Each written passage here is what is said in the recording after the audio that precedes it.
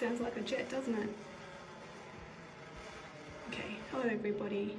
This is Sunday the 5th of July. I'm not sure what time it is. I've been up, had a coffee, and Rocket Labs sending off another satellite, another rocket up, well, they have set it off, with a whole heap of payloads of different satellites, some by the Australian government out of Canberra yet again. It's fascinating on here that they have to mention how many satellites they're deploying, who's paid for them, and what their general purpose is. So you don't have to look at government paperwork, you just have to pay attention to what the rockets are being sent up into the orbit with, and who's paying for them to do it, and what their purpose is. New Zealand obviously have to have some sort of moral obligation to let people know what is being discharged. So it's fascinating, but it's not the rocket launch that I'm interested in, it's the sound. From the team in Mission Control confirming Electron has passed through max Q. How high up they are, because I want to know if any of the things that I've been seeing in those low clouds, in the low orbit clouds, have anything to do with being deployed out of these rockets. Obviously being in the southern hemisphere, New Zealand with Rocket Labs is the only, that I know of, space company that actually discharges from here. I know they're trying to maybe get a pad here in Queensland, out west somewhere, which, when I think of all the things that I see are always around the west here of southeast Queensland, but it's also the colour of the engine and what they discharge and the markings that they have. So I'm not really interested in the rocket launch, it's the artefacts and the byproducts and the vision and images that you can see that are visible due to those things. So as you can see, they've got some, I don't know what it is happening here. There was nothing there, and now I know it's only markings, but it's like, I don't know what their propellant is. And Mika confirmed.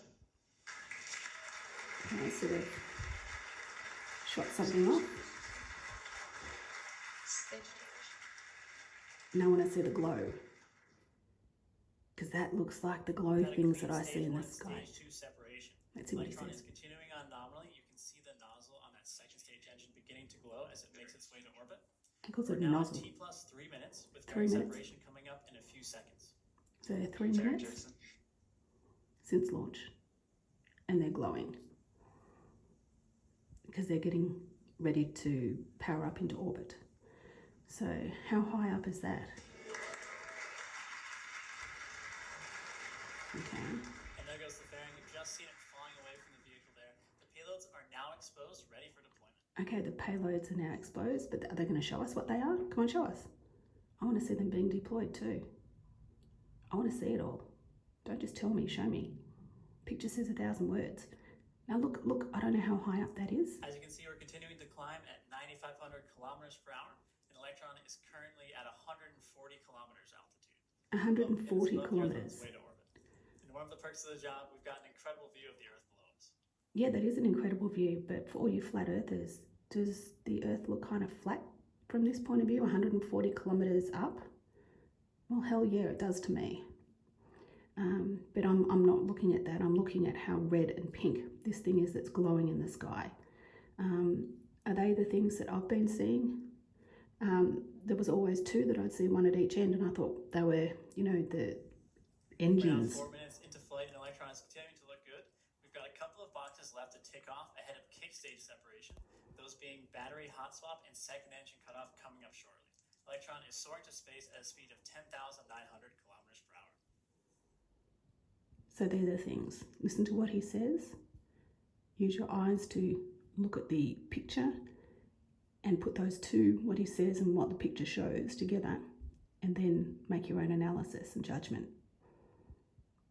Just remember, this is just one rocket, one company. You obviously in the Northern Hemisphere, you have NASA, you have SpaceX, you have Virgin, you have Apex or whatever it is, Stage and 2 all those other functions. government departments, DARPA and all of those. Holy shit, you've got so many up there. It's On like a about chessboard 90 up there. seconds time, Electron Who's will deploy its playing? battery Who's going to be hotspot. checkmated The pumps first? on the Rutherford engine are powered by You know, so batteries. I'm glad Once that these at have been least the depleted, southern we hemisphere. swap power over to a That's new why I'm going to battery, sort of allowing focus to more save on mass on the way to these ones here out of New Zealand, the Rocket Lab, because if I was ever to see a launch, the way the world's going and the way the COVID spikes are happening everywhere, I can't see international travel becoming a normal thing anymore. If you're going to go anywhere, it'll be by boat, and it'll take 3 months. You know, so if I was ever to see a live launch, it would probably be in New Zealand, unless Australia gets their shit together and actually, you know, put something in place here. But you know, we're so cautious here in Australia. We don't do anything. We're just little ants. We move around. We're the worker ants. We're not the queen ants or the warrior ants, the soldier ants, whatever you want to call it. We're just like the little the little sheep ants. Very bad. But anyway, I'll be finishing this soon. Yeah, so it's just fascinating to see. Obviously, you can see on the timer up here, it's still moving. The picture is like stuck. Station is on mission It hasn't moved at all. The time is moving. The guy is talking, so the video feed is still live. But okay. So as you can see, Electron is at 13,700 kilometers per hour. It is 191 kilometers above the Earth's surface as we're waiting for battery hot swap. 191 kilometers. Okay. So they went from 140 to 190. So that's 50 kilometers in what, 3 minutes, which is pretty fast. But I thought it would be a lot more, considering. But anyway, they haven't put the payloads out yet. I might do a little bit more research and see if I can put down in the description of the video as to what he says they're going to be deploying, because I didn't bother filming all of that. You can always go back and watch that on their own website if you're interested. But anyway, have a fantastic 4th of July. Hope you've all had a wonderful day, kept safe, enjoyed themselves. Be nice to your family, be nice to the animals, and yeah, so have a fantastic weekend. See you later. Bye.